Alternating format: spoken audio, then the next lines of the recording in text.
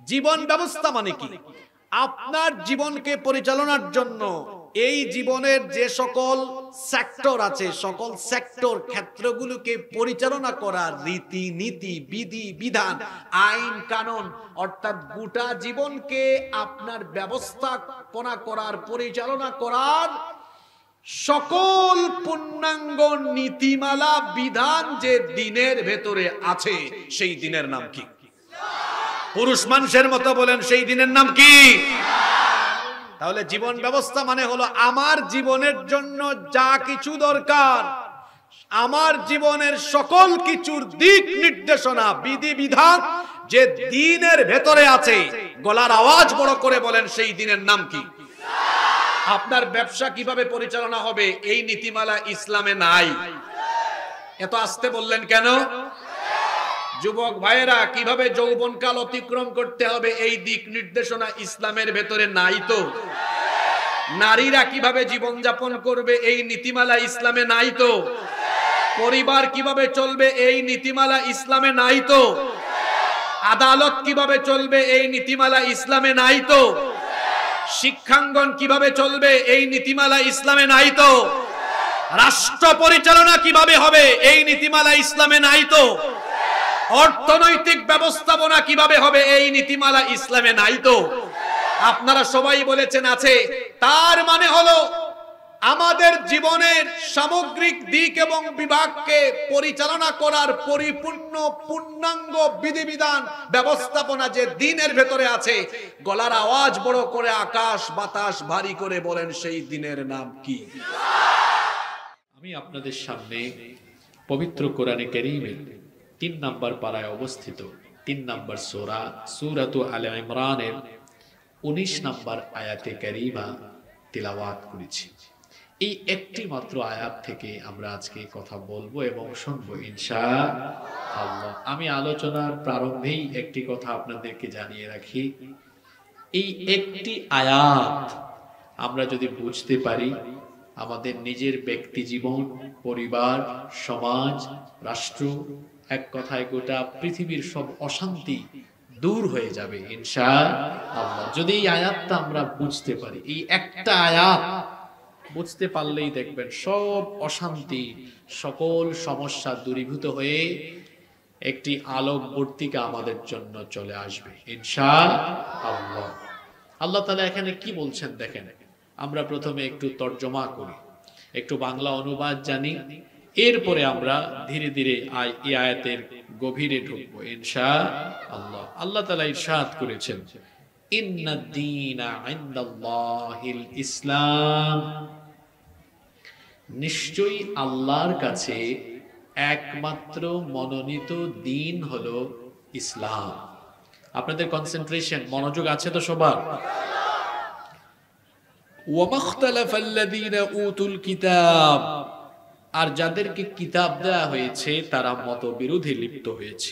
ইল্লা মিন বাদি মা জাআহুমুল ইলমু বাগিয়াম বাইনাহুম, তাদের কাছে সুস্পষ্ট জ্ঞান আসার পরেও পারস্পরিক বিদ্বেষ বশত, অর্থাৎ যাদেরকে কিতাব দেয়া হয়েছে তাদের কাছে সুস্পষ্ট জ্ঞান আসার পরেও পারস্পরিক বিদ্বেষ বশত তারা মতবিরোধে লিপ্ত হয়েছে।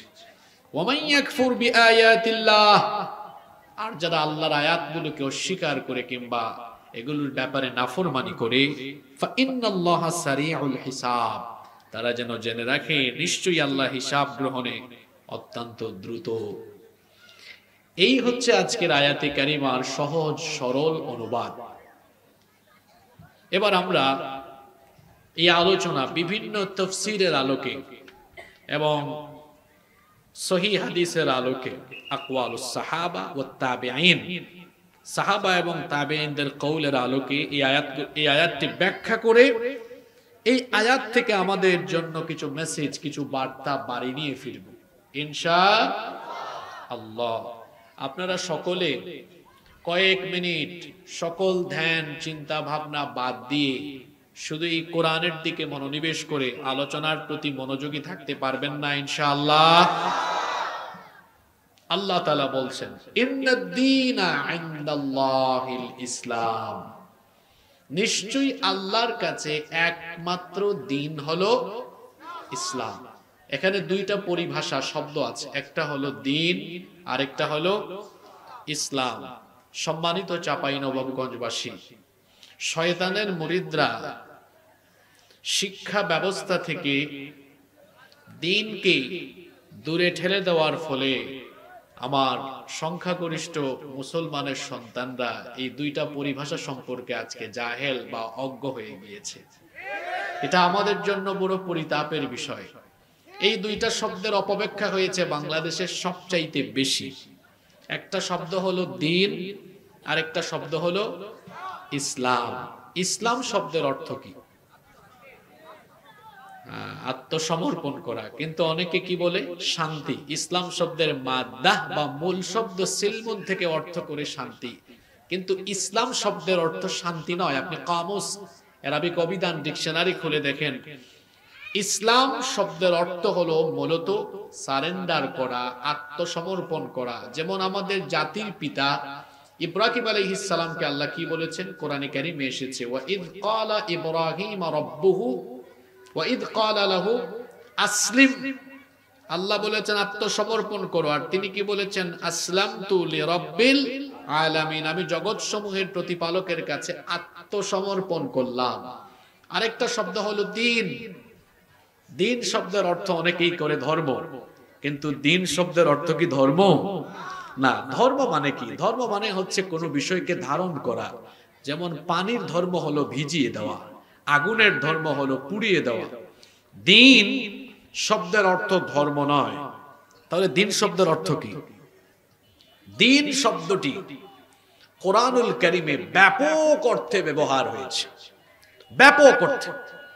এটার একটা দুইটা অর্থ নয়। দিন শব্দটি ব্যাপক অর্থবোধক একটি শব্দ। আপনি যদি কোরআন খুলেন দেখবেন কোরআনের প্রথম সূরার ভেতরে আপনি দিন শব্দটি পেয়ে যাবেন। যেই সূরা ব্যতীত নামাজ কবুল হয় না, যেই সূরা ছাড়া নামাজ আরম্ভ করা যায় না, বলেন তো দেখি সেই সূরাটার নাম কি? সূরাতুল ফাতিহা। এটা হচ্ছে কোরআনে কারীমের উদ্বোধনী সূরা। এই সূরা দিয়ে কোরআনে কারীম শুরু হয়েছে। এই সূরা যখন আপনি তেলাওয়াত করবেন দেখবেন এই সূরার ভেতরেও দিন শব্দটি আছে। দেখেন তো এখানেও দিন, এই শব্দটির অর্থ কি দাঁড়ায়? সওয়াবের নিয়তে আমার সাথে তেলাওয়াত করেন, আলহামদুলিল্লাহি রাব্বিল আলামিন আর রহমানির রহিম মালিকি ইয়াউমিদ্দিন। সকল প্রশংসা আল্লাহ, যিনি জগৎ সমূহের প্রতিপালক। এরপরে আল্লাহর পরিচয় দেওয়া হচ্ছে, আর রহমানির রহিম, তিনি রহমান, তিনি দয়াবান, তিনি রহিম, মেহেরবান। মালিকি ইয়াউমিদ্দিন, এই যে এখানে ইয়াউমিদ, সবাই বলতে হবে ইয়াউমিদ।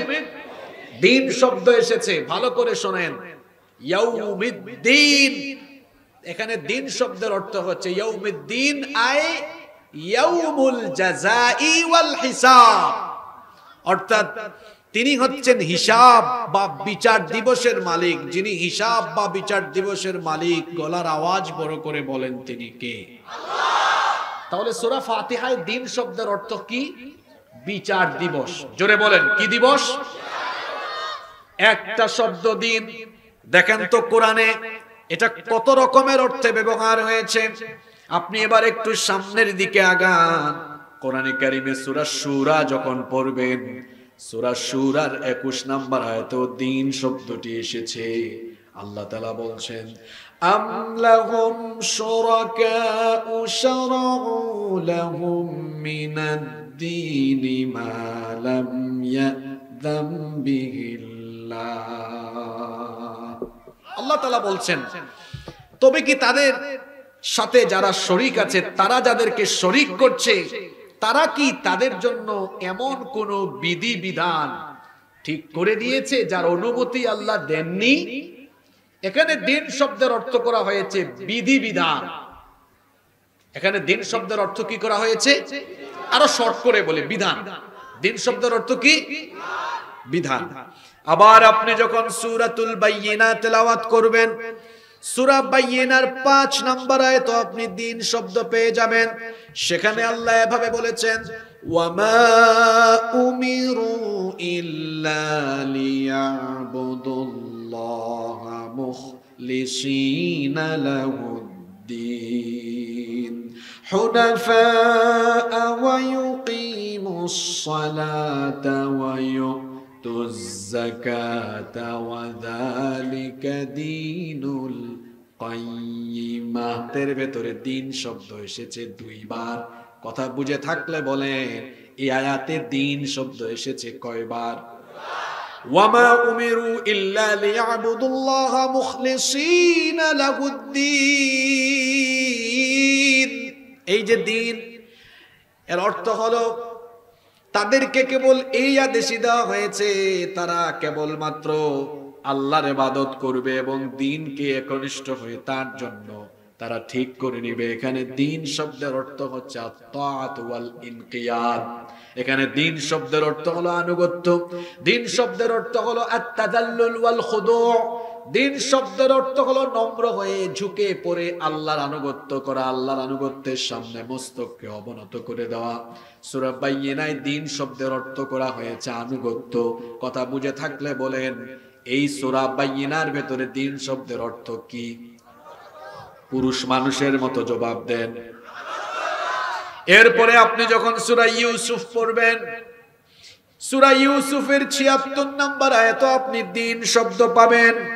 আল্লাহ তাআলা বলছেন, কাযালিকা কিদনা লিইউসুফা মা কানা লিতাখুযা আখাহু ফি দীনিল মালিকি ইল্লা আইয়াশা আল্লাহ নারফাউ দারাজাতিম মান নাশাউ ওয়া ফাওকা কুল্লি যী ইলমিন আলীম। কাযালিকা কিদনা লিইউসুফ, এভাবে আমি ইউসুফের ব্যাপারে কৌশল অবলম্বন করলাম। মা কানা লিয়াখুযা আখাহু ফি দীনিল মালিকি ইল্লা আইয়াশা আল্লাহ। আল্লাহ বলেছেন আল্লাহর ইচ্ছা ব্যতীত ইউসুফ তার ভাইকে বাদশার আইনে রেখে দিতে পারত না। আমি ওই আয়াতের ব্যাখ্যায় যাচ্ছি না, এটা ভিন্ন ঘটনা, শুধু অর্থ করছি। এখানে আবার দিন শব্দের অর্থ করা হয়েছে আইন। দিন শব্দের অর্থ কি করা হয়েছে দেখছেন কারবার? সূরা ফাতিহায় বিচার দিবস, সূরা বাইয়িনায় আনুগত্য, সূরা ইউসুফে আইন, সূরা ইউসুফে।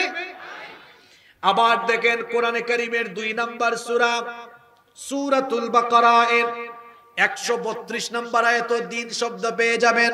আল্লাহ তাআলা বলছেন, ওয়া ওয়াসসা বিহা ইব্রাহিমু বানিহি ওয়া ইয়াকুব ইয়া বানিয়া ইন্নাল্লাহা আসতাফা লাকুমুদ্দীন ফালা তামুতুন্না ইল্লা ওয়া আনতুম মুসলিমুন।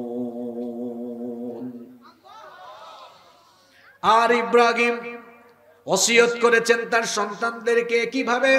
ইয়াকুব তার সন্তানদেরকে ওসিয়ত করেছেন, তারা বলেছেন ইয়া বানিয়া, হে আমার সন্তানরা, ইন্নাল্লাহা আসতাফা লাকুমুদ্দীন, নিশ্চয়ই আল্লাহ তাআলা তোমাদের জন্য এই দ্বীনকে মনোনীত করেছেন। তাফসীর ইবনে কাসির সহ তাফসীরে তাবারি সহ বিভিন্ন তাফসীরে এখানে দ্বীন শব্দের অর্থ করা হয়েছে আকীদাতুত তাওহীদ, আই আল ইসলাম। সমস্ত নবী এবং রাসূলরা তাওহীদের দাওয়াত দিয়েছেন। ইব্রাহিম আলাইহিস সালাম জাতির পিতা, তার বংশধরেরা তিনি তো আবুল আম্বিয়া, নবীগণের পিতা, কারণ তার বংশে দুনিয়াতে নবী রাসূল এসেছেন সবচাইতে কম না বেশি? ইব্রাহিম আলাইহিস সালামের পরে দুনিয়াতে যত নবী রাসূল এসেছেন সব নবী রাসূল তার বংশে এসেছেন বলে তাকে বলা হয় আবুল আম্বিয়া। তিনি হলেন নবীগণের পিতা। তিনি এবং তার পরবর্তী সকলেই তাদের সন্তানদেরকে, উম্মতকে ওসিয়ত করেছেন, আল্লাহ তোমাদের জন্য এই দ্বীনকে মনোনীত করেছেন একত্ববাদী দ্বীন। এই দ্বীনের নাম কি? মহিলার মতো না পুরুষ মানুষের মতো জবাব দেন, এই দ্বীনের নাম কি? শুনেন শুনেন, আজকের ওয়াজ, আজকের আলোচনা, আজকের তাফসীর এত গুরুত্বপূর্ণ। এটা দুনিয়াবি বিষয়, আখিরাতেরও বিষয়। কবরে যাওয়ার পরেও এই সম্পর্কে প্রশ্ন আছে না নাই? যখন আপনার লাশকে কবরে রাখা হবে, প্রথম প্রশ্ন করা হবে মার রাব্বুকা, তোমার রব কে? 2 নাম্বার যে প্রশ্ন করা হবে, বলেন তো দেখি সেই প্রশ্নটা কি? মা দীনুকা, তোমার দিন কি? তার মানে বোঝা গেল আজকের যে আয়াত আমরা ধরেছি এটা এমন এক আয়াত, দিন যদি না বুঝেন কবরের মধ্যে আটকে যাওয়ার সম্ভাবনা আছে না নাই? আল্লাহর কসম করে বলছি, দুনিয়াতে যারা দিন বুঝে দিনের উপরে থাকবে না, কবরে গিয়ে তারা দিন এর প্রশ্নের উত্তর দিতে পারবে না। আর যারা দুনিয়াতে দিন মেনে চলবে, কবরে যাওয়ার পরে তারা দিনের ব্যাপারে প্রশ্নের উত্তর দিয়ে দিতে পারবে। আল্লাহু আকবার। দিন শব্দর এই অর্থ, এই শব্দটির অর্থ ব্যাপক অর্থবোধক। এইভাবে করে কোরআনে কারীমের বিভিন্ন সূরার বিভিন্ন আয়াতে দিন শব্দটি বিভিন্ন অর্থে ব্যবহার হয়েছে। কিন্তু আজকে আমরা সূরা আলে ইমরানের যে 19 নম্বর আয়াত তেলাওয়াত করলাম, এই আয়াতেও তো দিন শব্দ আছে। এই আয়াতে আল্লাহ বলেছেন ইন্নাদ-দীনা ইনদাল্লাহিল ইসলাম, নিশ্চয়ই আল্লাহর কাছে একমাত্র দিন হলো, জোরে বলেন দিনের নাম কি? পুরুষ মানুষের মতো জবাব দেন মিয়া, দিনের নাম কি? ইসলাম। এখানে দিন শব্দের অর্থ, মুফাসসিরিনে কেরাম এই আয়াতের তাফসীর করতে গিয়ে দিন শব্দের অর্থ দিয়েছেন আন-নিযামুল কাউনি আল কামিল। আন-নিযামুল কাউনি আল কামিল অর্থাৎ এটি হচ্ছে পরিপূর্ণ, পূর্ণাঙ্গ একটি জীবন ব্যবস্থা, যেটাকে আমরা বলি কমপ্লিট কোড অফ লাইফ। পরিপূর্ণ, পূর্ণাঙ্গ, ফুলফিল, পরিপূর্ণ জীবন ব্যবস্থার নাম কি? এদিক থেকে আওয়াজ হয় না কেন? পরিপূর্ণ জীবন ব্যবস্থার নাম কি? ইসলাম। ইসলাম শুধু ধর্ম নয়, এটা হলো জীবন ব্যবস্থা। এখন আপনি আমাকে বলেন, জীবন ব্যবস্থা বলতে আপনি কি বুঝেন? আগে বলেন জীবন মানে কি? জীবন কি? জীবন হলো যেদিন জন্ম নিয়েছি সেই সময় থেকে মৃত্যু পর্যন্ত এই গোটা সময়ের সমষ্টির নাম হলো জীবন। সময়ের সমষ্টির নাম কি? মনে করেন একজন লোক জন্মগ্রহণ করেছে 1980 সালে, মৃত্যুবরণ করেছে 2025 সালে, তাহলে 1980 থেকে 25 পর্যন্ত এই সময়ের সমষ্টির নাম হলো কি? এটা তার জীবন। তাহলে জীবন মানে বুঝলাম আমার গোটা হায়াতের সময়ের সমষ্টি হলো জীবন। আর ব্যবস্থা মানে আপনারা বুঝেন, যেমন আজকের এই মাহফিল কি অটোমেটিক হয়ে গেছে নাকি? না না না না না না, কমপক্ষে 1-2 মাস আয়োজক কমিটি এটাকে সফল করার জন্য ব্যবস্থাপনা করেছে। তার মানে এখানে আসার আগে চেয়ার আনা হয়েছে, প্যান্ডেল সাজানো হয়েছে, লাইট দেওয়া হয়েছে, মাইক দেওয়া হয়েছে, এগুলো ব্যবস্থা করে তারপরে আয়োজনটা সম্পন্ন হয়েছে। জীবন ব্যবস্থা মানে কি? আপনার জীবনকে পরিচালনার জন্য এই জীবনের যে সকল সেক্টর আছে, সকল সেক্টর ক্ষেত্রগুলোকে পরিচালনা করার রীতি নীতি, বিধি বিধান, আইন কানুন, অর্থাৎ গোটা জীবনকে আপনার ব্যবস্থাপনা করার, পরিচালনা করার সকল পূর্ণাঙ্গ নীতিমালা বিধান যে দিনের ভেতরে আছে, সেই দিনের নাম কি? পুরুষ মানুষের মতো বলেন, সেই দিনের নাম কি? তাহলে জীবন ব্যবস্থা মানে হলো আমার জীবনের জন্য যা কিছু দরকার, আমার জীবনের সকল কিছুর দিক নির্দেশনা, বিধি বিধান যে দিনের ভেতরে আছে। গলার আওয়াজ বড় করে বলেন, সেই দিনের নাম কি? আপনার ব্যবসা কিভাবে পরিচালনা হবে, এই নীতিমালা ইসলামে নাই। এত আস্তে বললেন কেন? যুবক ভাইয়েরা কিভাবে যৌবনকাল অতিক্রম করতে হবে, এই দিক নির্দেশনা ইসলামের ভেতরে নাই তো। নারীরা কিভাবে জীবন যাপন করবে, এই নীতিমালা ইসলামে নাই তো। পরিবার কিভাবে চলবে, এই নীতিমালা ইসলামে নাই তো। আদালত কিভাবে চলবে, এই নীতিমালা ইসলামে নাই তো। শিক্ষাঙ্গন কিভাবে চলবে, এই নীতিমালা ইসলামে নাই তো। রাষ্ট্র পরিচালনা কিভাবে হবে, এই নীতিমালা ইসলামে নাই তো। অর্থনৈতিক ব্যবস্থাপনা কিভাবে হবে এই নীতিমালা ইসলামে নাই তো। আপনারা সবাই বলেছেন আছে, তার মানে হলো আমাদের জীবনের সামগ্রিক দিক এবং বিভাগকে পরিচালনা করার পরিপূর্ণ পূর্ণাঙ্গ বিধিবিধান ব্যবস্থাপনা যে দ্বীনের ভেতরে আছে। গলার আওয়াজ বড় করে আকাশ বাতাস ভারী করে বলেন, সেই দ্বীনের নাম কি? এই দ্বীনের 7টা বৈশিষ্ট্য আজকে কোরআন থেকে তুলে ধরব। কয়টা?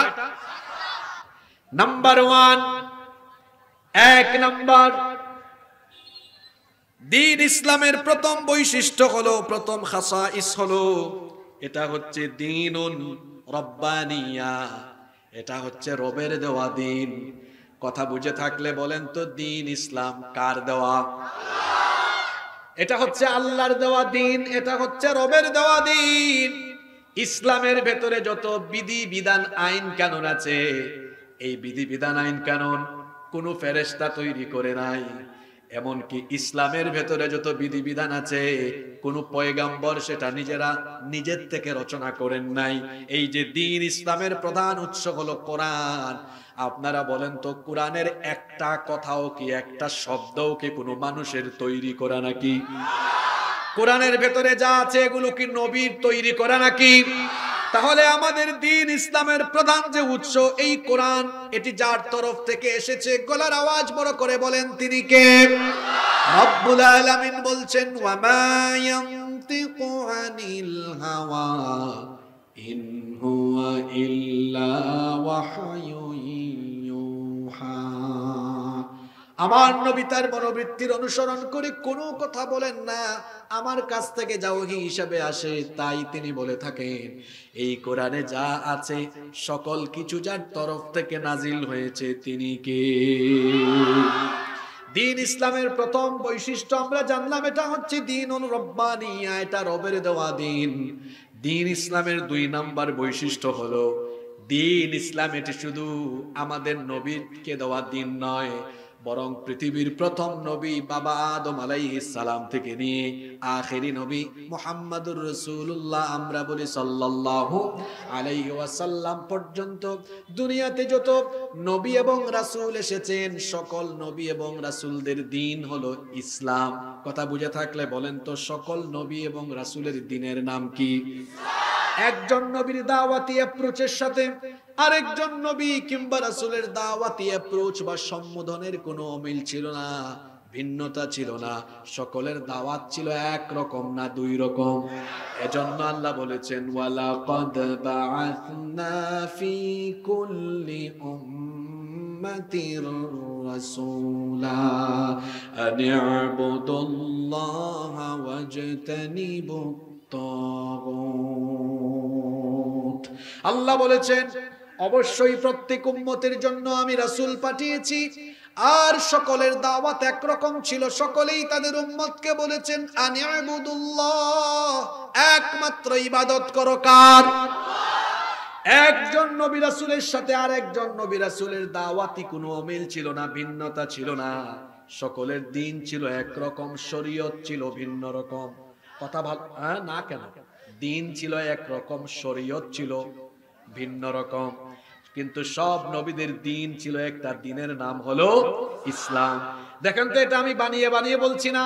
কোরআনুল কারীমের 42 নম্বর সূরা, সূরাতুশ শুরা এর 13 নম্বর আয়াতে আল্লাহ বলছেন, শারা'a লাকুম মিনাদ-দীনি মা ওয়াসসা বিহি নূহা ওয়াল্লাযী আওহাইনা ইলাইকা ওয়া মা ওয়াসাইনা বিহি ইব্রাহিমা ওয়া মূসা ওয়া ঈসা أن أقيموا الدين ولا تتفرقوا فيه। আল্লাহ তাআলা বলছেন, তোমাদের জন্য সেই দ্বীনকে বিধিবদ্ধ করে দেওয়া হয়েছে, যেই দিন এর আগের নবী রাসূলদেরকেও দেওয়া হয়েছে। ও নবী, আপনার কাছে যে ওহী নাজিল করা হচ্ছে, এই রকম ওহী এর আগে নূহ আলাইহিস সালামকেও দেওয়া হয়েছিল, ইব্রাহিম, মূসা, ঈসা আলাইহিমুস সালাম সকলকে একই আদেশ দেওয়া হয়েছিল, আন আকিমুদ্দিন, আমার জমিনে আমার দিন প্রতিষ্ঠা করো। সকল নবী এবং রাসূলদেরকে আল্লাহ একই আদেশ দিয়েছেন, এই জমিনে যার দিন প্রতিষ্ঠা করতে হবে, জুড়ে বলেন তিনি কে?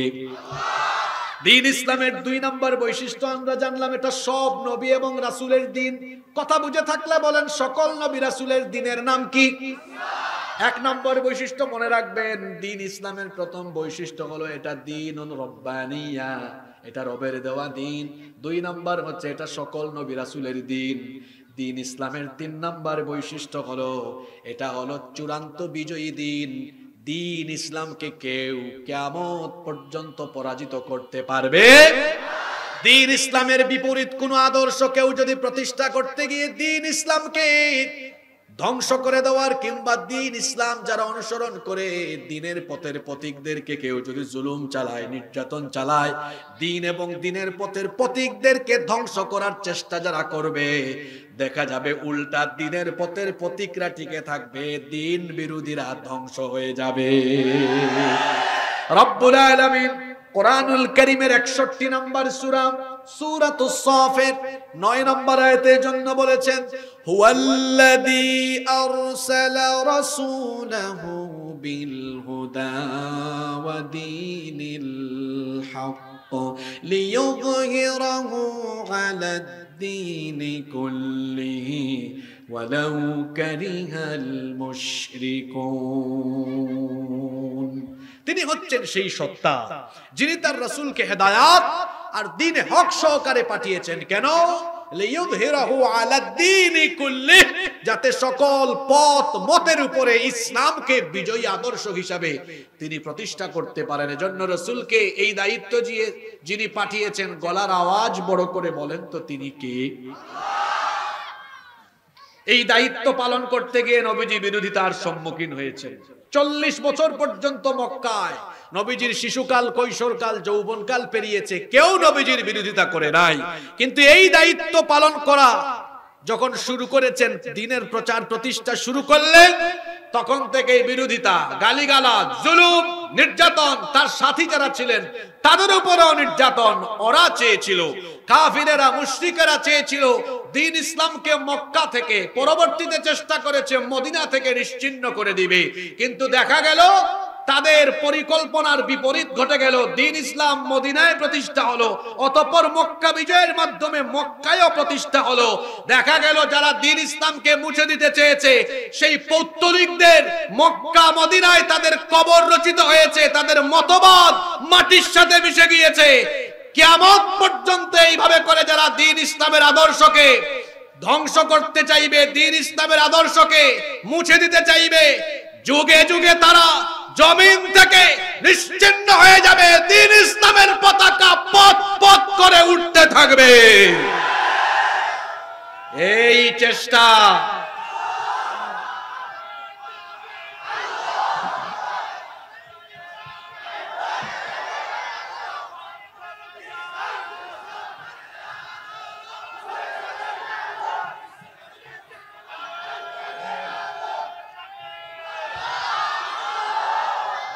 সম্মানিত ভাইয়েরা, আমাকে কথা বলতে দেন একটু।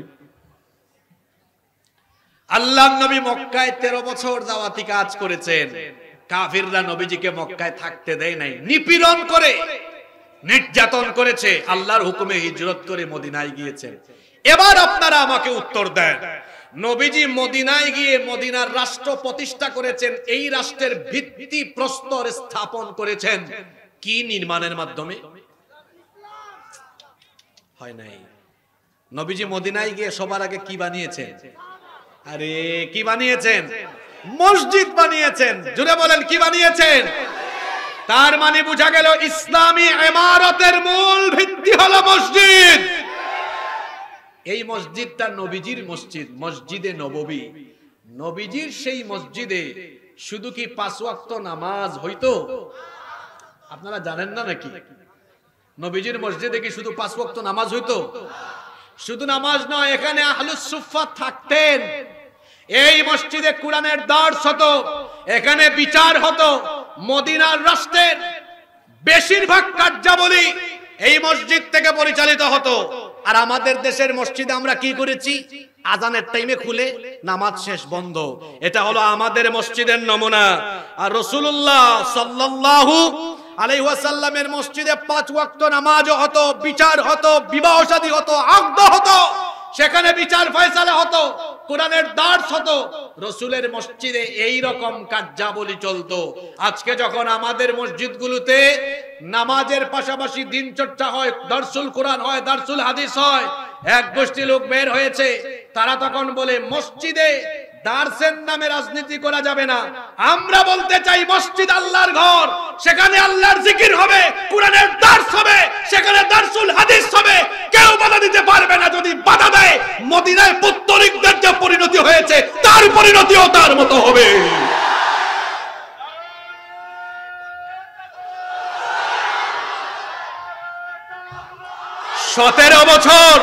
সতেরো বছর দিন ইসলামের বিরোধিতা করতে গিয়ে যারা দ্বীনের বিরোধিতা করেছে তাদের পরিণতি কি হয়েছে তার থেকে শিক্ষা গ্রহণ করুন। এই দেশ মুসলমানের দেশ। এই দেশে প্রতিদিন সূর্য উঠে আল্লাহু আকবারের ধ্বনিতে, সূর্য অস্ত যায় আল্লাহু আকবারের ধ্বনিতে। এই দেশে মানুষ দ্বীনকে কলিজার ভেতর থেকে মহব্বত করে। সেই দেশে দ্বীনের বিরুদ্ধে গিয়ে কোনো অপশক্তি মাথা উঁচু করে দাঁড়িয়ে থাকতে পারবে না। আল্লাহ আমাদেরকে বুঝার তৌফিক দান করেন। দ্বীন ইসলামের 3 নাম্বার বৈশিষ্ট্য বলছিলাম। এটা কি দিন? বিজয়ী দিন। জোরে বলেন, কি দিন? ওই পেছনের মানুষের কি হয়েছে? কথা বলে না কেন? দ্বীন ইসলাম কি দিন? তো দিন যদি বিজয়ী হয়, দিনের অনুসারী যারা আমরা হব, আমরা ভয় পাই না কাউকে। আমরা জানি আমরা বিজয়ী, কারণ মুসলমানরাই পৃথিবীতে বিজয়ীর বেশে মাথা উঁচু করে দাঁড়াবে। নাম্বার 4, দ্বীন ইসলামের 4 নাম্বার বৈশিষ্ট্য হচ্ছে, এটা হচ্ছে আদ-দীনুন নিহাই। এটা হচ্ছে চূড়ান্ত দিন, ফাইনাল। দ্বীন ইসলামের পরে আর কোন দিন, আদর্শ, বিধিবিধান পৃথিবীতে আসবে না। আর কোন দিন বা আদর্শ চলবে না। এটা কি আমার কথা? জোরে বলেন, আমার কথা। এটা হচ্ছে দীনুন নিহাই। এটা চূড়ান্ত দিন, আল্লাহর তরফ থেকে ঠিক করে দেওয়া। এটা হলো চূড়ান্ত দিন, আল্লাহর তরফ থেকে ঠিক করে দেওয়া। এটা হলো চূড়ান্ত দিন বা জীবন ব্যবস্থা। এই দ্বীন ইসলাম বাদ দিয়ে যারা অন্য কোনো আদর্শ, অন্য কোনো বিধিবিধানের অনুসরণ করবে, এরা দুনিয়ায় যেমন ক্ষতিগ্রস্ত হবে, আখিরাতেও তেমন ক্ষতিগ্রস্ত। রব্বুল আলামিন কোরআনুল কারীমের 3 নাম্বার সূরা, সূরাতু আলে ইমরানের 85 নাম্বার আয়াতে বলেছেন, وَمَن يَبْتَغِ غَيْرَ الْإِسْلَامِ دِينًا فَلَن يُقْبَلَ مِنْهُ وَهُوَ فِي الْآخِرَةِ مِنَ الْخَاسِرِينَ। আর যে ব্যক্তি ইসলাম বাদ দিয়ে অন্য কিছু তালাশ করবে, ফালাই ইউকবালা মিন, এটা তার থেকে গ্রহণ করা হবে না। ওয়া হুয়া ফিল আখিরাতি মিনাল খাসিরিন, আর আখিরাতে সে হয়ে যাবে ক্ষতিগ্রস্ত। মুসনাদে আহমদ এবং বাইহাকি শরীফে হাদিস এসেছে, আল্লাহর নবী বলেছেন, ওয়ালাউ কানা মূসা হাইয়ান, যদি এখন মূসা নবীও জীবিত থাকতেন, মূসা নবী তাওরাতের অনুসরণ না করে তিনি কি করতেন? মা ওয়াসিয়াহু ইল্লা তাবাই, মূসা নবীও তাওরাতের অনুসরণ না করে আমি মুহাম্মদ সাল্লাল্লাহু আলাইহি ওয়াসাল্লামের দ্বীন আর তরিকার অনুসরণ করতেন। আল্লাহু আকবার। তার মানে হাদিস থেকে বোঝা গেল মুহাম্মদ সাল্লাল্লাহু আলাইহি ওয়াসাল্লামের কাছে আল্লাহ তাআলা যে ফাইনাল দ্বীন দিয়েছেন, জীবন ব্যবস্থা দিয়েছেন, সেই দ্বীন, সেই শরীয়ত, সেই তরিকা, এটা বাদ দিয়ে অন্য কোন তরিকা, অন্য কোন আদর্শের ভেতরে যারা ঢুকে যাবে, চলে যাবে, দুনিয়াতে এরা ক্ষতিগ্রস্ত, আখিরাতেও ক্ষতিগ্রস্ত। যারা এক আল্লাহর উপর ঈমান আনবে, যারা নবীজির উপর ঈমান আনবে, তারা একমাত্র আল্লাহর আনুগত্যের অনুসরণ করে, রসুলের সুন্নাহ মোতাবেক তরিকা মোতাবেক জীবন চালাবে। এই জন্য তারা আনুগত্য করে আল্লাহ এবং রাসূলের বাইরে তারা অন্য কাউকে তাদের আদর্শ হিসাবে গ্রহণ করে না। তারা বলে না অমুক আমার রাস্তার ঠিকানা, তারা এমন বলে না অমুক আমার আদর্শ, তমুক আমার আদর্শ। তারা কোনো নেতা নেত্রীকে তাদের আদর্শ হিসাবে গ্রহণ করে না, কোন নেতা নেত্রীকে তাদের মডেল মানে না। যারা ঈমান এনেছে তারা মডেল আদর্শ হিসাবে যাকে গ্রহণ করে তিনি হচ্ছেন মুহাম্মাদুর রাসূলুল্লাহ। সকলে পড়ি সাল্লাল্লাহু। এখন বলেন তো চাঁপাইনবাবগঞ্জের মানুষ, বলেন দেখি আমাদের আদর্শ কি তথা কথিত কোন নেতা নেত্রী না রাসূল? জোরে বলেন আমাদের আদর্শ কে? ওই পিছনের মানুষের কি হইছে কথা কয় না কেন? আমাদের আদর্শ কে? আরো জোরে বলেন আমাদের আদর্শ কে? খুব ভালো একটা দৃশ্য দেখতে পাচ্ছি, অনেক যুবকদেরকে দেখছি। যুবক ভাইয়েরা, আপনাদের গায়ে শক্তি বেশি তো, এই জন্য অনেকে তার নিজের ক্ষমতার সিঁড়ি বা হাতিয়ার হিসাবে আপনাকে টার্গেট করে কিছু টাকা পয়সা, বিরিয়ানি আর জিলাপি দিয়ে তার মিছিলের সামনে পিছনে আপনাকে চামচার মতো ব্যবহার করতে চায়। খবরদার, কারো স্বার্থ সিদ্ধির জন্য আপনার এই তারুণ্য আর যৌবনকে তার কাছে সুপর্দ করবেন না। আমার এই তারুণ্য, আমার এই যৌবন, আমার এই ঘাম, আমার এই শ্রম, আমার এই রক্ত, আমার এই জীবন কোন নেতা নেত্রীর চামচামি করার জন্য দেওয়া হয় নাই। বি এ প্রেস্টিজিয়াস পারসন, ব্যক্তিত্ববান হন। আপনার তারুণ্য, আপনার যৌবন, আপনার ঘাম, শ্রম, রক্ত, জীবন যদি দিতেই হয় কোন নেতা নেত্রীর চামচামির জন্য নয়, এই তারুণ্য এই যৌবনকে বিলিয়ে দিব আল্লাহর জমিনে আল্লাহর দ্বীন কায়েমের জন্য। আমার এই ঘাম, এটা যে কারো জন্য আমি তো যে কারো জন্য এক ফোঁটা ঘামও ফেলতে পারি না। চিন্তা করে ঘাম ঝরাবো, চিন্তা করে আমার শরীরের শক্তি খরচ করব। আমি আমার জীবনের সবটুকু বিলিয়ে দিব কার জন্য? জোরে বলেন কার জন্য? সুতরাং যারা আমাদেরকে ডাকবে যে আমাদের চামচামি নয়, আমাদের চামচামি নয়, বরং আল্লাহ আর রাসূলের দ্বীন প্রচারে আমাদের সাথী হয়ে যাও, তাদের সাথে আমরা আছি না নাই? সম্মানিত ভাইয়েরা, দ্বীন ইসলামের ৪ নাম্বার বৈশিষ্ট্য হলো এটা হচ্ছে চূড়ান্ত দ্বীন। এর বাইরে আর কোন দ্বীন।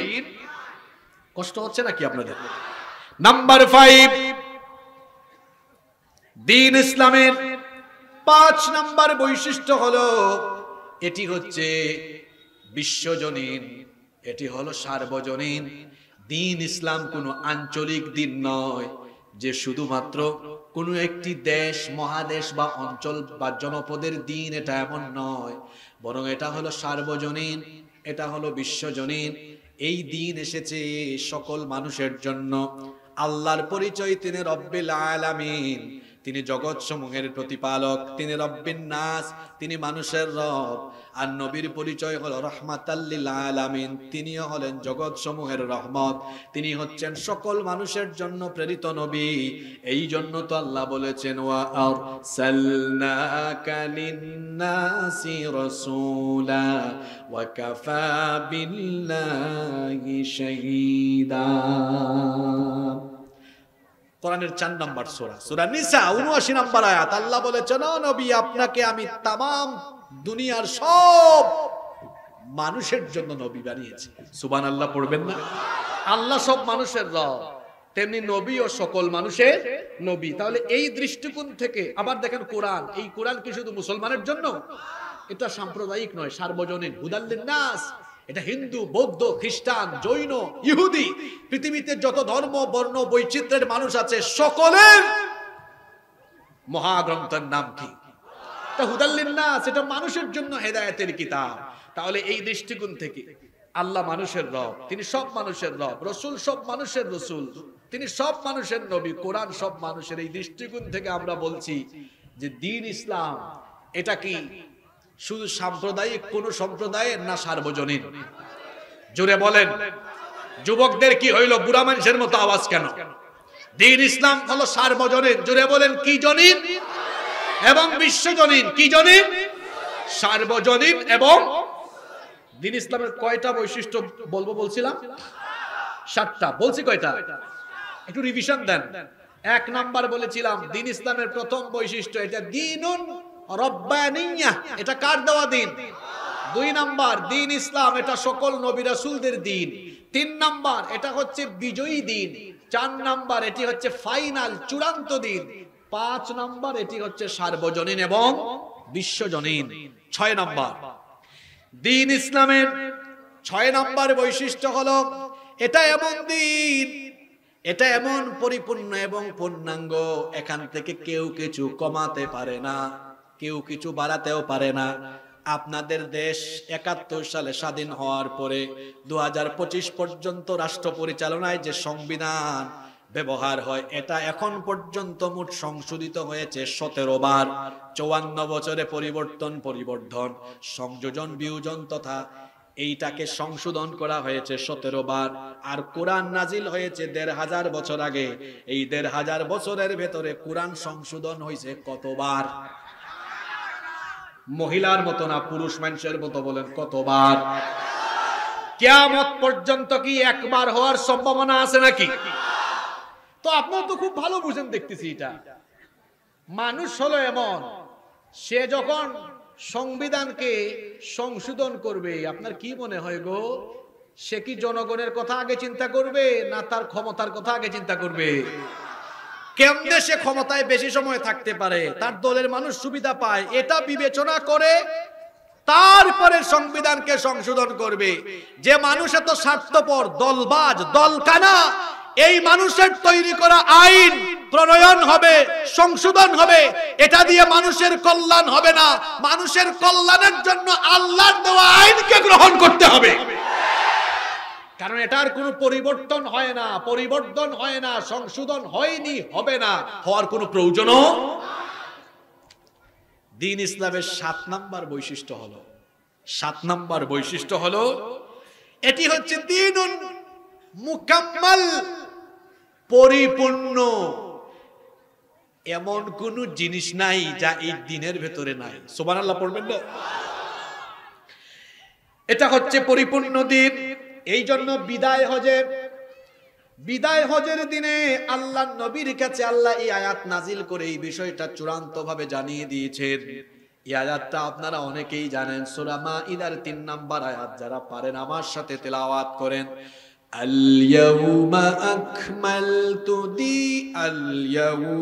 আকমালতু লাকুম দীনাকুম ওয়া আতমামতু আলাইকুম নি'মাতি ওয়া রাদিতু লাকুমুল ইসলাম দীনা।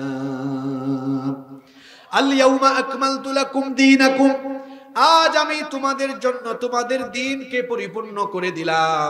ওয়া আতমামতু আলাইকুম নি'মাতি, আমার নিয়ামতকে তোমাদের জন্য সম্পূর্ণ করলাম, পরিপূর্ণ করলাম।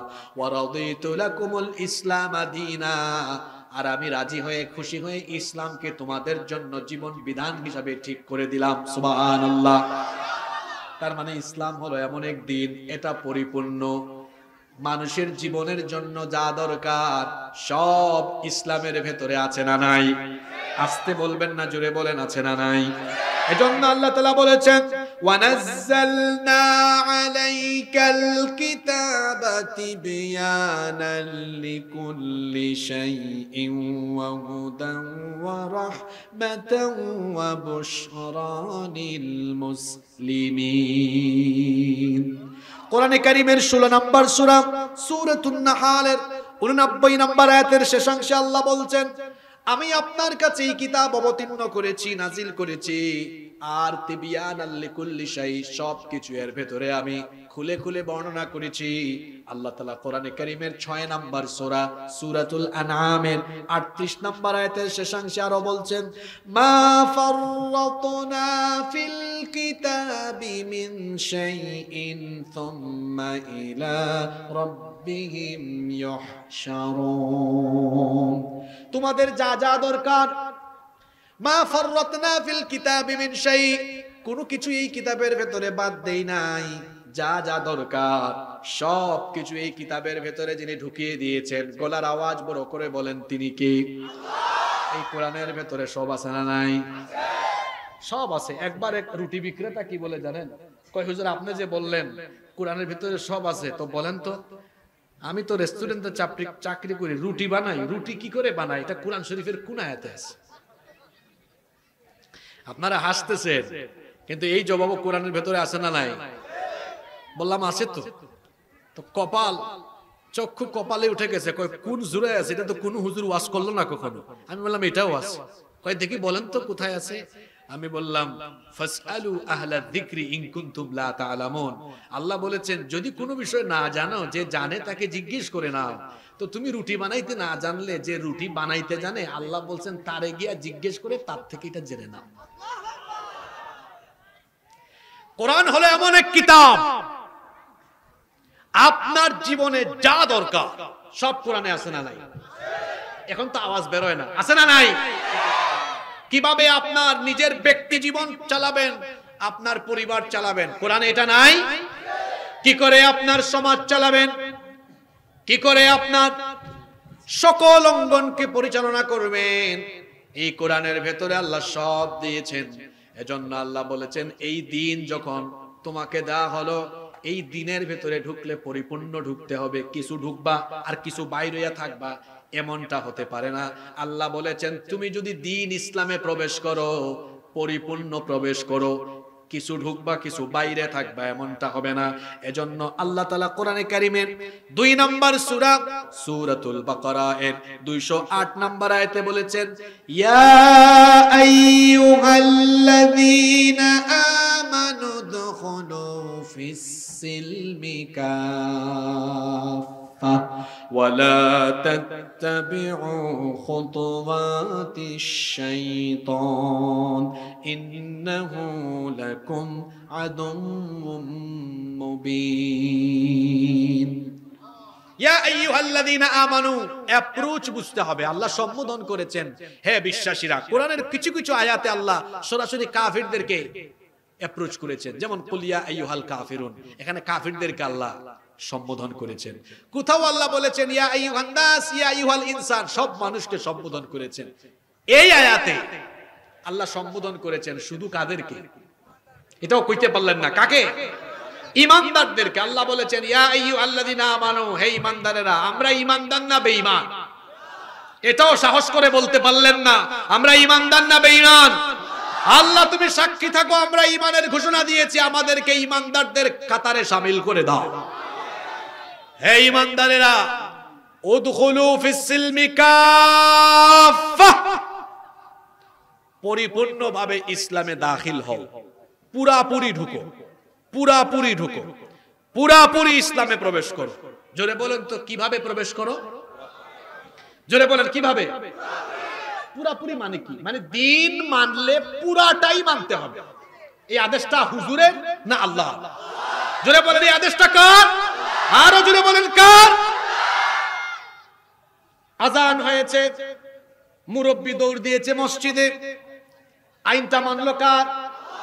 তো দিন ইসলামের একটা বিধান মানলো, কিন্তু এই মুরব্বি মসজিদ থেকে বের হয়ে এখন আবার সুদ খাইতে গেল, ঘুষ খাইতে গেল, কোথাও থেকে চাঁদা উঠাইলো, কোথাও গিয়ে সন্ত্রাসী কাজ করলো। এই মুরব্বি একটু আগে দিন ইসলামের একটা বিধান মানলো, নামাজ থেকে বের হয়ে 4-5 জায়গায় এবার কার বিধান মানলো? জোরে বলেন কার বিধান?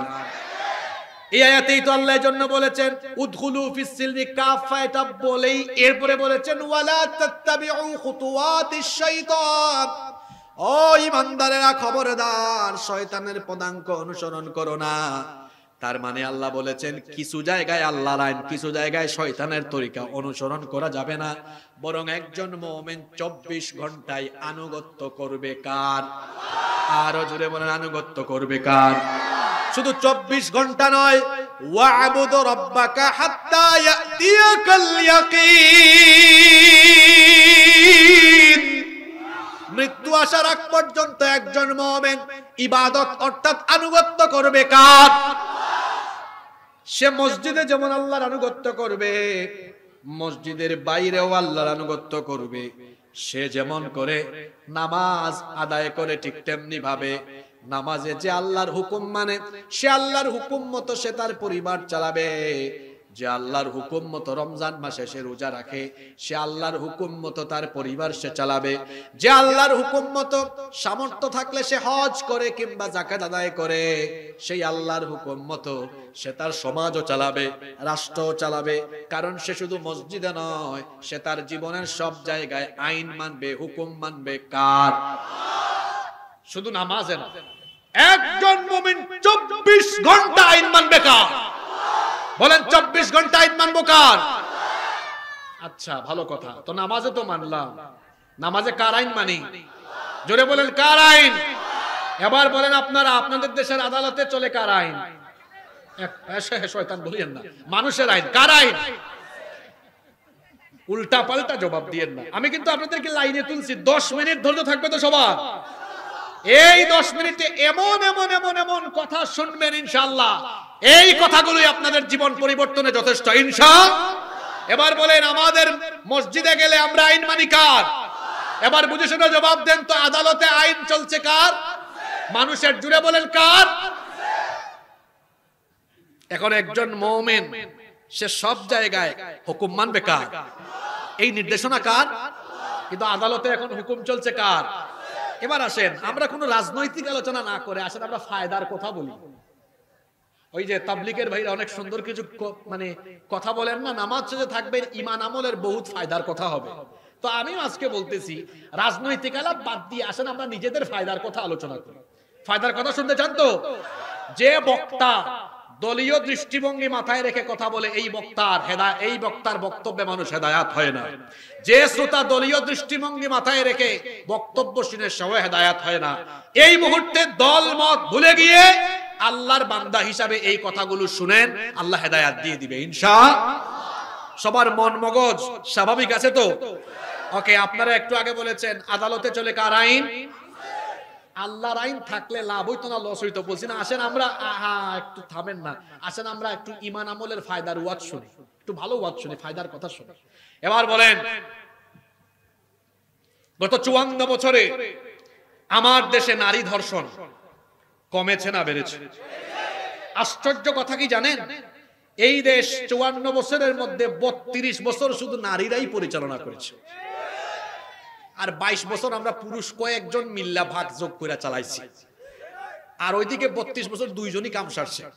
আবার এট এ টাইম তাদের হাতে এমন ক্ষমতা ছিল, সরকার দলীয় নেতা নারী, বিরোধী দলীয় নেতা নারী, স্পিকার নারী, স্বরাষ্ট্রমন্ত্রী, পররাষ্ট্রমন্ত্রী, শিক্ষামন্ত্রী, স্পিকার নারী। বাংলাদেশে এরকম ছিল কি ছিল না? এত ক্ষমতা পাওয়ার পরেও কলেজে বিশ্ববিদ্যালয়ে নারী শ্লীলতাহানি বন্ধ হলো না, নারী নির্যাতন বন্ধ হলো না, ধর্ষণ বন্ধ হলো না। 32 বছর ক্ষমতায় থেকেও 54 বছর ধরে মানুষের আইন দিয়ে আদালত পরিচালনা করে এখনো ধর্ষকদেরকে সাইজ করা গেল না। এই যে কয়েক মাস আগে মাগুরায় আমার এক ছোট্ট বোন আসিয়া, তার কথা কি আপনাদের মনে আছে? এক পরিবারের 3 নরপিশাচ আমার এই বোনটির উপরে পাশবিকতা চালিয়েছিল। কয়েকদিন হাসপাতালে থেকে খুব কষ্টের সাথে দুনিয়া থেকে চলে গিয়েছে। চাপাইয়ের মানুষ, নবাবগঞ্জের মানুষ, আপনারা বলেন আমার এই বোনের এই অবস্থা যারা করেছে, এই নরপিশাচরা এখনো বেঁচে আছে না নাই? হ্যাঁ, কথা বলেন না কেন? আদালতে কার আইন? জোরে বলেন কার আইন? আরো জোরে। এ কেমন আইন গো, যে আইন থাকার ফলে আমার ধর্ষিতা বোন কবরে চলে যায় আর ধর্ষক এখনো বেঁচে থাকে? এই আইনের মুখে আমি লাথি মারি।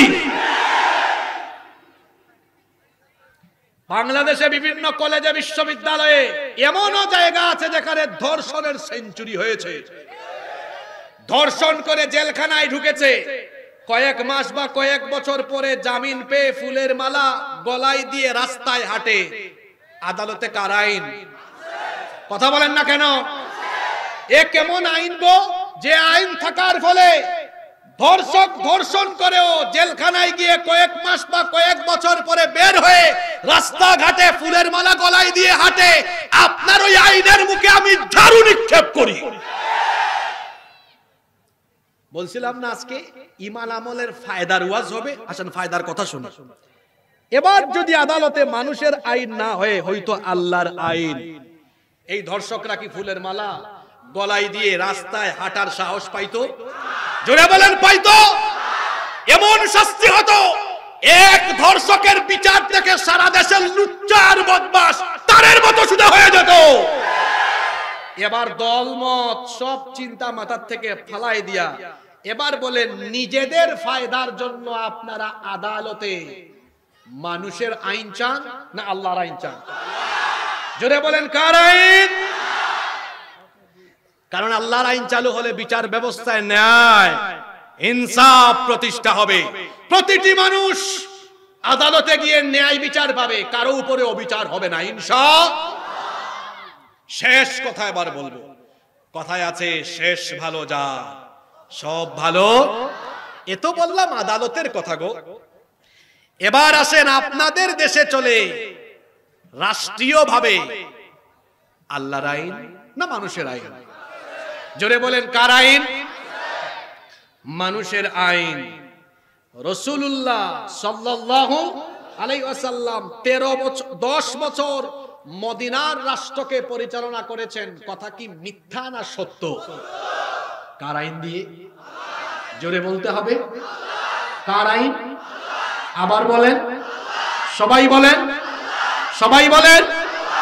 আমরা রাসূলের উম্মত হিসাবে আমাদের সমাজে রাষ্ট্রে আমরা কার আইন চাই? 54টি বছর ধরে আমার দেশকে লুটে পুটে খাওয়া হয়েছে। আমার দেশের মানুষের ভাগ্যের পরিবর্তন হয়নি। যারাই মানুষের ভাগ্যের পরিবর্তনের কথা বলে তারাই দেখা যায় ক্ষমতা পাওয়ার পরে তারা তাদের নিজেদের ভাগ্যকে পরিবর্তন করে।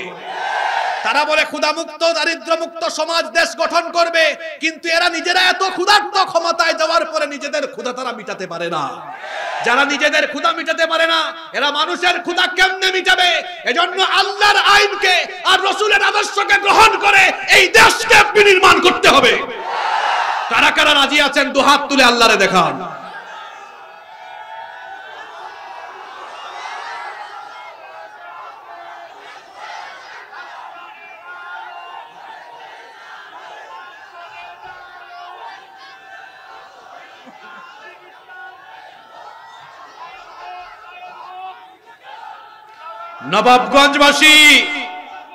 নবাবগঞ্জবাসী শুনেন, যেই হাতটা তুলেছেন এই হাত যেন মরার আগ পর্যন্ত ইসলামের পক্ষে ব্যবহার হয়।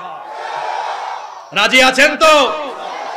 যুবকদের হাতগুলো বেশি করে উঁচা হবে। যুবকদের হাত ইসলামের পক্ষে থাকবে তো? হাত নামান, হাত নামান। এই বাংলাদেশকে জুলুমের হাত থেকে বের করে নিয়ে আসার জন্য যুবকরা অগ্রণী ভূমিকা পালন করেছে। এই বাংলাদেশকে আলোকিত বাংলাদেশ হিসাবে বিনির্মাণের জন্য আবারও যুবকদেরকে সবার আগে এগিয়ে আসতে হবে। সম্মানিত ভাইরা, কষ্ট হচ্ছে আপনাদের? আমি কি আর 4-5 মিনিট সুযোগ পেতে পারি? ইনশাআল্লাহ। কি সুন্দর, কি সুন্দর ভাষা গো আপনাদের। বড় ভালো লাগে আপনাদের কথা শুনতে। আমি যতবার চাপাইয়ে এসেছি, চাপাইয়ের মানুষের সাথে মিশতে, কথা বলতে খুবই ভালো লাগে আমার।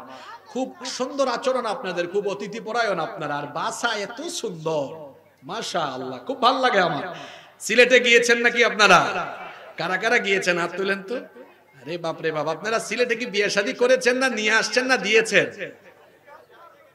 গিয়েছেন না? মাশাআল্লাহ, ঠিক আছে। আমি তো ভাবছিলাম আম খাইয়া সবার মাথা ঠান্ডা, কিন্তু এখানে এসে দেখি না, গলায় খুব আওয়াজ আছে আপনাদের। আলহামদুলিল্লাহ, আল্লাহ আমাদেরকে দিনের জন্য কবুল করেন। এবার আপনারা বলেন, আল্লাহর দিন ইসলাম, আল্লাহর আইন যদি আমাদের রাষ্ট্রের সব জায়গায় প্রতিষ্ঠা হয়, আমাদের ফায়দা আছে না নাই? শুনেন, আমি বলছিলাম না রাজনৈতিক ওয়াজ এখানে হবে না, আমরা ঈমান আমলের ফায়দার ওয়াজ শুনবো। আমি ফায়দার কথা বলি। 1 নম্বর ফায়দার কথা বলছিলাম, আদালতে আল্লাহর আইন থাকলে অবিচার বন্ধ, জুলুম বন্ধ। এবার আরেকটা ফায়দার কথা শুনি, মনোযোগ আছে তো সবার? আল্লাহর আইন যখন দেশে থাকবে, গরিব মানুষ থাকবে না, বেকার থাকবে না। এই যুবক ভাইয়েরা, অনেকে বেকার আছে না? বেকার থাকবে না, দরিদ্র থাকবে না, বেকারত্ব থাকবে না। তাহলে আপনি বলবেন, হুজুর এই বেকারত্ব, এই দারিদ্রতা কিভাবে দূর করা হবে? বেকারত্ব আর দারিদ্রতা দূর করার ফর্মুলা হুজুর দিচ্ছেন না। বেকারত্ব আর দারিদ্রতার ফর্মুলা দূরীভূত করার সমাধান দিচ্ছেন সরাসরি কে? সেই সমাধানটা হলো যুগ যুগ ধরে চলা সুদ ভিত্তিক অর্থ ব্যবস্থার পরিবর্তে আল্লাহর দেওয়া যাকাত ভিত্তিক অর্থ ব্যবস্থা, এটাকে যদি প্রতিষ্ঠা করা যায় তাহলে একটা সমাজ এবং একটা দেশকে মুহূর্তের মধ্যেই বদলে দেওয়া যায়। এজন্য আল্লাহ তাআলা বলেছেন, আল্লাযীনা ইম্মাক্কানাহুম ফিল আরদি আকামুস সালাতা ওয়া আতাউজ যাকাতা ওয়া আমারু বিল মা'রুফি ওয়া নাহাউ আনিল মুনকার ওয়ালিল্লাহি আকিবাতুল উমুর। আর মুমিনদেরকে আমি যদি রাষ্ট্র ক্ষমতা দান করি, এক নম্বরে তারা সালাত কায়েম করবে। কি কায়েম করবে? দুই নম্বরে তারা যাকাত ভিত্তিক অর্থ ব্যবস্থাপনা প্রবর্তন করবে। কি ভিত্তিক? জোরে বলেন, কি ভিত্তিক? ইসলামী রাষ্ট্রের প্রাণ হলো যাকাত। প্রাণ হলো কি? আমাদের দেশে মানুষ যাকাত শুনলেই মনে করে এগুলো খয়রাতির মতো, মানে দিবে আর নিবে। এই যে যাকাতের নামে শাড়ি দেয়, লুঙ্গি দেয়, 500 টাকা 200 টাকা 300 টাকা করে বিতরণ করে, এভাবে করে যাকাতের হক আদায় হয় না। যাকাত দেওয়া হয়েছে বেকারত্ব ঘোচানোর জন্য, দারিদ্রতা দূর করার জন্য। যাকে যাকাত দিবেন সে যেন আর গরিব না থাকে, আগামী বছর যেন সে আর যাকাত না খায়। এবার আসেন, আপনাদের ধৈর্য কুলাচ্ছে তো? এই তো আমি যা বলছি তাই, 3-4 মিনিট ধৈর্য আছে তো? আচ্ছা, মনে করেন এখন যাকাত এই গ্রামে, বুয়ালিয়া গ্রাম, তাই না? এই বুয়ালিয়া গ্রামের সব মানুষের যাকাত গুলো একত্রিত করলো। এই সংগঠনের নাম মনে করেন মানব কল্যাণ সংগঠন। শুনতেছেন আপনারা? দেখা গেল এখানে যাদের উপর যাকাত ফরজ হয়েছে, নিসাব পরিমাণ মাল আছে, তাদের যাকাতকে একত্রিত করে দেখা গেল এর পরিমাণ হলো 2 লক্ষ টাকা আসছে। কত লক্ষ টাকা? এই 2 লক্ষ টাকা আপনি যদি 500 টাকা করে জন প্রতি দেন, মোট 400 জন মানুষকে দিতে পারবেন। কয়শো? আপনারা আমাকে বলেন, এই 400 জন মানুষকে জন প্রতি 500 টাকা করে দিলে এরা কি গরিব থেকে ধনী হয়ে যাবে? এক বেলা খাইতে পারবে, পরে আর খাইতে পারবে না। কিন্তু এই 2 লক্ষ টাকা যদি 400 জনকে না দিয়ে যদি 3-4 জনকে দেন, একজন বিধবাকে একটা সেলাই মেশিন কিনে দিলেন, আরেকজন দরিদ্র মানুষ কুটির শিল্পের জন্য ব্যবস্থা করে দিলেন, আরেকজনকে আপনি হালের একটা বলদ কিনে দিলেন, একজনের পরিবার চলে না, তার একটা ভ্যান কিনে দিলেন। এই 3-4 জনের পরিবার এখন চলার মতো ব্যবস্থা হয়ে গেল কি হয়ে গেল না? যাকাতের ফর্মুলা হলো এইভাবে যাকাত দিতে হয়। এত আমি আপনার বুয়ালিয়ে দিয়ে বুঝাইলাম। এবার শুনেন গো, বাংলাদেশে কি হবে যদি রাষ্ট্রীয়ভাবে যাকাতের ব্যবস্থাপনা করা হয়, যাকাত মিনিস্ট্রি থাকে, মন্ত্রণালয় থাকে, আর সারা দেশের মুসলমানদের সম্পদের হিসাব সরকারের কাছে থাকলো। যাদের নিসাব পরিমাণ মাল আছে, বছর শেষে চিঠি আসছে, মিস্টার অমুক এবছর আপনার এত টাকা আসছে, আমাদের সংশ্লিষ্ট অফিসে বা অমুক জায়গায় গিয়ে এটা জমা দেন। সারা দেশের যাকাতের টাকাগুলোকে একসাথে করে, আমি তো যাকাত নিয়ে ব্যক্তিগতভাবে গবেষণা করেছি, আমি বোঝানোর জন্য একটা কম পরিমাণ অ্যামাউন্ট ধরছি। মনে করেন এই বছর গোটা দেশ থেকে যাদের উপর যাকাত ফরজ হয়েছে উত্তোলন করে দেখা গেল মোট পরিমাণ দাঁড়িয়েছে 140,000 কোটি টাকা। এইটা 2-3 বিভাগ দিয়ে সম্ভব, শুধু চট্টগ্রাম আর সিলেট বিভাগ দিয়ে এটা সম্ভব। কিন্তু আমি বোঝানোর জন্য আপনাকে বললাম 140,000, জোরে বলেন 140,000 কোটি টাকা এবার সরকারের কাছে জমা পড়লো। এবার যদি দেশের 70 লক্ষ বেকার যুবক, বুঝে থাকলে বলতে হবে কত লক্ষ বেকার, এদেরকে 64 জেলা থেকে 70 লক্ষ যুবককে ঢাকায় নেওয়া হলো, নিয়ে প্রত্যেকের হাতে এই যে তাকান 2 লাখ টাকার চেক দেওয়া হলো বেকারদেরকে। ধরো নাও, 70 লক্ষ গুণ 2 লক্ষ, ক্যালকুলেটরে হিসেব মেরে দেখেন 140,000 কোটি টাকা দেওয়া হলো। দিয়ে বলা হলো এই বেকার ছেলেরা শোনো, চাকরি বাকরি নাই, ব্যবসা ট্যাবসা নাই তোমাদের, 2 লাখ করে টাকা দিলাম, যাও মাছ চাষ করো, মুরগি পালন করো, হাল চাষ করো, জমিনে এই ক্ষেত করো, কুটির শিল্প করো, ভ্যান কিনো, রিক্সা কিনো, সিএনজি কিনো, এটা করো ওইটা করো, ছোটখাটো ব্যবসা ধরাই দিলেন। শোনো, টাকাটা যে দিচ্ছি প্রতিটা উপজেলায় আমাদের অডিট অফিসার আছে, তোমাকে পর্যবেক্ষণ মনিটরিং করবে, এটা দিয়ে কি করো কি করো না মনিটরিং এর আওতাভুক্ত রেখেছি। এই রকম সদিচ্ছা থাকলে ইসলামী রাষ্ট্রে যাকাত ব্যবস্থাপনায় 1 বছরে দেখা গেল কত লক্ষ যুবকের কর্মসংস্থান হলো? কথা বলেন, জোরে বলেন। আমি যে ফর্মুলার কথা বলছি এটা কি বাস্তব না অবাস্তব? এটা আমার দেওয়া না, কার দেওয়া? মানুষের আইন গ্রহণ করছেন তো 54 বছর ধরে দেশটা গরিব আছে, আপনারা গরিবই থাকবেন। এই নবাবগঞ্জ থেকে আমি চ্যালেঞ্জ করে বলে গেলাম, বাংলাদেশে দারিদ্রতার কবর 54 বছরে মানুষের তৈরি করা আইন দিয়ে দারিদ্রতার কবর রচনা করা যায়নি। যারা মানুষের তৈরি করা আইন দিয়ে দারিদ্রতা মুক্ত বাংলাদেশ করতে চায়, চ্যালেঞ্জ ছুড়লাম, তারা পারবে না। আলেম উলামা আর কোরআনের অনুশাসন যারা প্রতিষ্ঠা করতে চায়, তাদের হাতে দায়িত্ব দিয়ে দেখেন, মাত্র 10 বছরে বাংলাদেশে দারিদ্রতার কবর রচনা করা হবে। বলছিলাম না কোনো রাজনৈতিক কথা হবে না, ফায়দার কথা হবে। কিসের কথা? এবার দলমত ফালায় দেন। বলছিলাম না, যে বক্তা দলীয় দৃষ্টিভঙ্গি মাথায় রেখে বক্তব্য দিবে, তার বক্তব্যে মানুষ হেদায়াত হবে না। আমি কি একটিবারও 1.5 ঘন্টার ভেতরে কোন দলের সাফাই গিয়েছি? কোন নেতার পক্ষে কথা বলেছি? আমি তো কোন দলের দালাল না, কোন নেতারও দালাল না। তবে হ্যাঁ, আমি আল্লাহ আর তার রসুলের দালাল। আমি আল্লাহর পক্ষে, রসুলের পক্ষে এখানে কথা বলতে বসেছি, বলছি আপনারা যদি এভাবে মানুষের তৈরি করা আইনকে পায়ের তলায় ফেলাইয়া দিয়া আল্লাহর কোরআনের আইনকে গ্রহণ করেন, সমাজ রাষ্ট্র এত উন্নতি আর সমৃদ্ধির জায়গায় চলে যাবে, যেভাবে রসুলের সময়ে, খুলাফায়ে রাশিদার সময়ে তারা সমৃদ্ধভাবে পৃথিবীতে মাথা উঁচু করে দাঁড়িয়েছিলেন। আল্লাহর কোরআনের আইনকে গ্রহণ করলে শুধু বাংলাদেশ নয়, পৃথিবীর বুকে আমরা মাথা উঁচু করে সমৃদ্ধ জাতি হিসাবে দাঁড়িয়ে যেতে পারবো। এজন্য আসুন, দল মত ভুলে গিয়ে মানুষের তৈরি করা আইনকে ডাস্টবিনে ফেলে দেই, আর আল্লাহর তৈরি করা কোরআনের আইনকে গ্রহণ করে নেই। কারা কারা রাজি আছেন আল্লাহরে 2 হাত তুলে দেখান।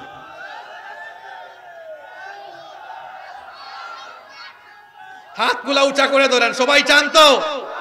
সবাই চান তো?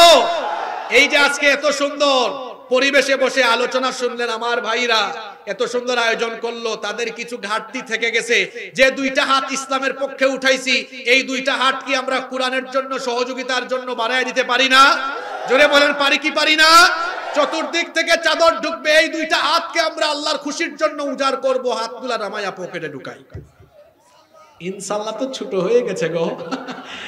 হ্যাঁ, এবার পকেটে ঢুকাই, মানুষের পকেটে না, নিজের পকেটে। কই আপনারা একটু এখন কিন্তু ওই চাচাকে ধরেন, খবর আছে উঠলে, চাচা এখন 5000 টাকা গুনতে হবে গো, চুপচাপ বসে যান। হ্যাঁ, চতুর্দিক থেকে ব্যাগ যাচ্ছে, আমরা 2টা হাত পকেটে ঢুকাই। ঢুকাচ্ছি তো?